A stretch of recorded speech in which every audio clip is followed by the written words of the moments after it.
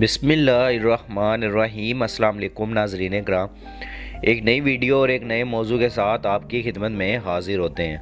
बात करने जा रहे हैं नवाज़ शरीफ साहब के बारे में, जो कि पाकिस्तान वापसी के लिए बिल्कुल बेचैन है और पाकिस्तान आ रहे हैं और साबिक़ वज़ीर-ए-आज़म के पास जेल से बचने का कोई कानूनी रास्ता मौजूद है। तो इस वीडियो की डिटेल में जाने से पहले अगर आप मेरे चैनल पर नए हैं और पहली दफ़ा आए हैं तो जल्दी से जल्दी चैनल को सब्सक्राइब कर लें और बेल आइकन को ज़रूर दबाएँ ताकि मैं लेटेस्ट वीडियो आप तक पहुँचती रहें।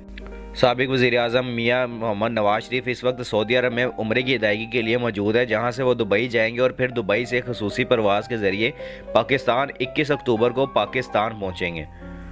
ताहम इनके पाकिस्तान वापसी पर किए जाने वाले इस्तकबाल से ज़्यादा अहम चीज़ इनको दरपेश कानूनी चैलेंजेस है। पाकिस्तान पहुंचने से पहले अवाम के जहनों में ये सवाल है कि जब नवाज शरीफ पाकिस्तान पहुंचेंगे तो क्या वो लोगों से खिताब करने के लिए जो इनके इस्तकबाल के लिए 21 अक्टूबर को लाहौर पहुंचेंगे, मीनार पाकिस्तान जाएंगे या फिर इन्हें दोबारा कोट लखपत जेल जाना पड़ेगा। नवाज शरीफ सन 2019 में इलाज की घर से बैरून मुल्क गए थे, तो इस वक्त वो सज़ा याफ्ता थे और इस्लामाबाद की एहतसाब अदालत की तरफ से अल अजीज़िया स्टील मिल्स के मुकदमे में बतौर कैदी 7 साल की सज़ा काट रहे थे। मुसलसल अदम पेशी की बिना पर अब अदालत इन्हें इश्तिहारी भी करार दे चुकी है। पाकिस्तान मुस्लिम लीग नून के बुकला ने ज़मन में अपनी तैयारी मुकम्मल कर ली है और वो इस सिलसिले में पाकिस्तान के इस्लामाबाद, लाहौर और सिंध हाई कोर्ट में नवाज शरीफ की हिफाजती ज़मानत के लिए दरख्वास्त दायर करेंगे। आइए जानते हैं कि नवाज शरीफ को इस वक्त कौन से कानूनी चैलेंज दरपेश हैं और इस हवाले से इनके पास क्या ऑप्शन है। कानूनी माहिर बैरिस्टर सलाहुद्दीन का कहना है कि अदालतें आजकल बड़ी लिबरल हैं और वो ऐसा कोई शख्स जो किसी मुकदमे में मुजरिम होने के साथ साथ इश्तिहारी भी हो तो इसको हिफाजती ज़मानत दे देती है, ताकि वो मुतलका अदालत में पेश होकर अपने मुकदमे की स्टेटस को बहाल करवा सके और इसके बाद वो अपनी कानूनी जंग लड़ सके। उन्होंने कहा है कि अदालती तारीख ऐसे बेशुमार मसालों से भरी हुई है जहां पर मुलजिम या मुजरिम की अदम मौजूदगी में अदालतें इन्हें हिफाजती ज़मानतें दे देती हैं और हिफाजती ज़मानतें 2 दिन से लेकर 2 हफ्तों तक भी हो सकती हैं। बैरिस्टर सलाहुद्दीन का कहना था कि नवाज शरीफ को मुतल्लिका अदालत में पेश होकर अपनी सज़ाओं के खिलाफ दायर अपीलों के मुस्तरद किए जाने के अदालती फैसलों के खिलाफ दरख्वास्तें दायर करना होंगी। उन्होंने कहा है कि इश्तिहारी करार देकर वारंट जारी करने का मतलब ही ये होता है कि मुलजिम या मुजरिम को पकड़कर कानून के सामने सरेंडर कराया जाए। अगर कोई इश्तिहारी खुद सरेंडर करना चाहता है तो अदालत इसको ये मौका फ्राहम करती है। बैरिस्टर सलाहुद्दीन का कहना था कि एवन फील्ड रेफरेंस में इस्लामाबाद हाई कोर्ट मुकदमे के 2 शरीके मुलजमान मरियम नवाज और कैप्टन सफदर को बरी कर चुकी है और इस अदालती फैसले का फ़ायदा नवाज शरीफ को इस मुकदमे में दी जाने वाली सज़ा और बरियत से मुतल्लिक दरख्वास्त दायर होने की सूरत में हो सकता है। वाज़ेह रहे कि इस्लामाबाद हाई कोर्ट ने इवन फील्ड रेफरेंस में नवाज शरीफ की ज़मानत की दरख्वास्त मंजूर कर रखी थी और अल अजीज़िया स्टील मिल्स के मुकदमे में सेहत की बुनियाद पर उनकी सज़ा का मुअत्तल करके इनके 8 हफ्तों के लिए ज़मानत मंजूर कर ली थी। साबिक़ वज़ीर-ए-आज़म की सेहत के मामलात के पेश नज़र पाकिस्तान मुस्लिम लीग नून के सदर और साबिक़ वज़ीर-ए-आज़म शहबाज शरीफ ने लाहौर हाई कोर्ट और इस्लामाबाद हाई कोर्ट में नवाज शरीफ की ज़मानत के लिए 2 अलग अलग दरख्वास्तें दायर कर रखी थी। बाद अज़ा इस्लामाबाद हाई कोर्ट ने अल अजीज़िया रेफरेंस में साबिक़ वज़ीर-ए-आज़म मुस्लिम लीग नून के ताहयात कायद नवाज शरीफ की तिब्बी बुनियादों पर अबूरी ज़मानत मंजूर करते हुए सज़ा 8 हफ्तों के लिए मुअत्तल कर दी थी। इस्लामाबाद हाई कोर्ट के 2 रुकनी बेंच ने साबिक़ वज़ीर-ए-आज़म नवाज शरीफ की सज़ा को मुअत्तल किया था। इसमें इस्लामाबाद हाई कोर्ट के मौजूदा चीफ जस्टिस आमिर फ़ारूक भी शामिल थे। अदालत ने अपने फैसले में साबिक़ वज़ीर-ए-आज़म के इलाज के हवाले से वाज़ेह किया था कि अगर ज़मानत में तोसीह की ज़रूरत पड़ी तो सूबाई हुकूमत से दोबारा दरख्वास्त की जा सकती है और हुकूमत इस पर फैसला कर सकती है। ताहम नवाज शरीफ अदालत से भी रजू कर सकते हैं। नवाज शरीफ ने बैरून मुल्क रवानगी के लिए इस्लामाबाद हाई कोर्ट की बजाय लाहौर हाई कोर्ट से रजू किया था, जिस पर इन्हें 4 हफ्तों के लिए बैरून मुल्क रवाना होने की इजाज़त दी गई थी। शहबाज शरीफ ने भी अपने भाई की सेहतयाबी पर वतन वापस आने की अंडरटेकिंग अदालत में जमा करवाई थी। साबिक़ वज़ीर-ए-आज़म नवाज शरीफ इलाज की घर से नवंबर सन 2019 में लंदन गए थे और इस दौरान मुस्लिम लीग नून की क़यादत ने साबिक़ वज़ीर-ए-आज़म के बैरून मुल्क क़याम में तोसीह के हवाले से पंजाब हुकूमत को दरख्वास्त दी थी, जो मुस्तरद कर दी गई थी। इस्लामाबाद हाई कोर्ट ने दिसंबर 2020 में अदम पैरवी की बना पर नवाज शरीफ के इवन फील्ड में ज़मानत और अल अजीज़िया स्टील मिल्स में सज़ा की मुअत्तली के फैसले को कलअदम करार देते हुए इन्हें इश्तिहारी करार दिया था। बैरिस्टर सलाहुद्दीन का कहना है कि हिफाजती ज़मानत के दौरान नवाज शरीफ इन अदालती फैसलों की मुअत्तली के लिए दरख्वास्तें दायर कर सकते हैं। इन्होंने कहा कि अगर अदालत हिफाजती ज़मानत की मुद्दत के दौरान इनकी दरख्वास्तों पर कोई फैसला नहीं करती तो फिर साबिक वज़ीर आज़म को इस वक्त तक जेल जाना पड़ेगा जब तक इनकी दरख्वास्तों पर कोई फैसला नहीं आ जाता।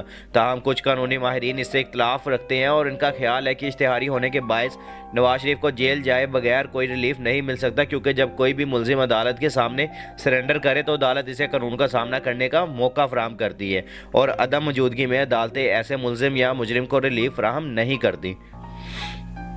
अब अदालत इस वक्त तक कोई दरख्वास्त नहीं सुन सकती जब तक इश्तिहारी मुजरिम अदालत के सामने सरेंडर ना कर दे। इस्लामाबाद हाई कोर्ट के साबिक एडवोकेट जनरल नियाजुल्लाह नियाजी का कहना था कि इस्लामाबाद हाई कोर्ट की जानिब से नवाज शरीफ की सज़ा मुअत्तल करके ज़मानत दी गई थी जो ख़त्म हो गई है।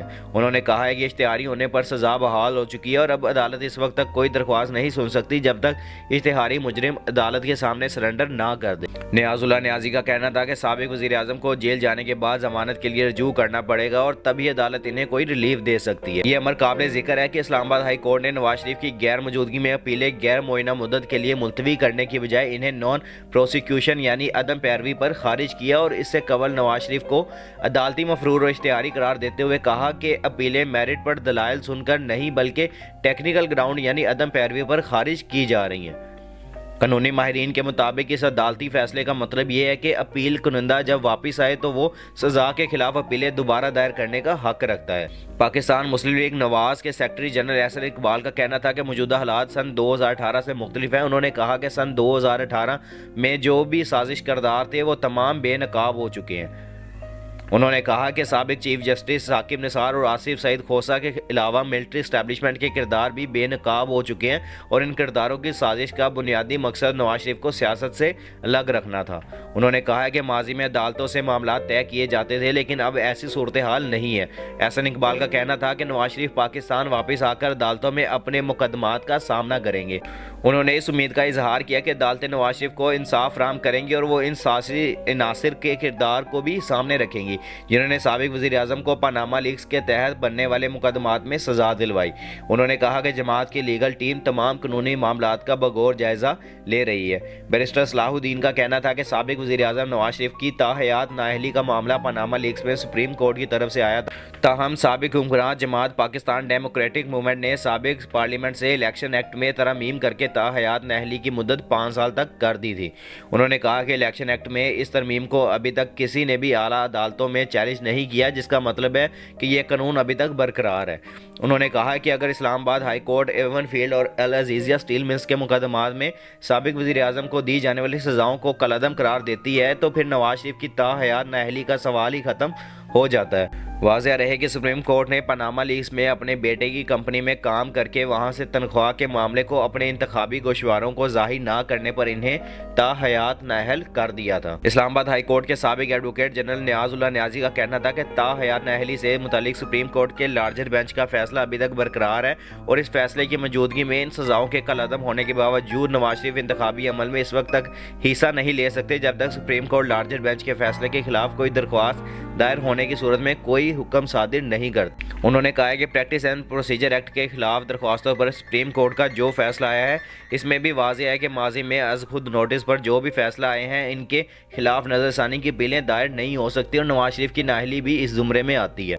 साबिक हुक्मरान जमात पाकिस्तान मुस्लिम लीग नवाज के सेक्रेटरी जनरल एहसन इकबाल का कहना है कि नवाज शरीफ के सर पर जो ताहयात नाअहली की तलवार लटक रही थी वो अब खत्म हो चुकी है। उन्होंने कहा है कि गुज़िश्ता पार्लियामेंट ने इलेक्शन एक्ट में तरमीम करके ताहयात नाअहली की सजा को 5 साल के लिए कर दिया है और इस तरह नवाज शरीफ की नाअहली की मुद्दत खत्म हो चुकी है और वो आइंदा बरस होने वाले आम इंतखाबात में पाकिस्तान मुस्लिम लीग नून की क़यादत करेंगे। एहसन इकबाल को ये उम्मीद है कि आइंदा इंतखाबात के इनेकाद से पहले नवाज शरीफ के खिलाफ वो मुकदमात जिसमें उन्हें सजा सुनाई गई थी वो ख़त्म हो जाएंगे।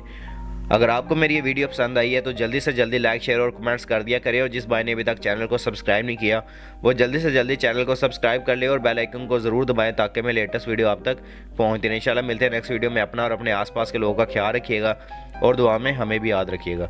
अल्लाह हाफिज़।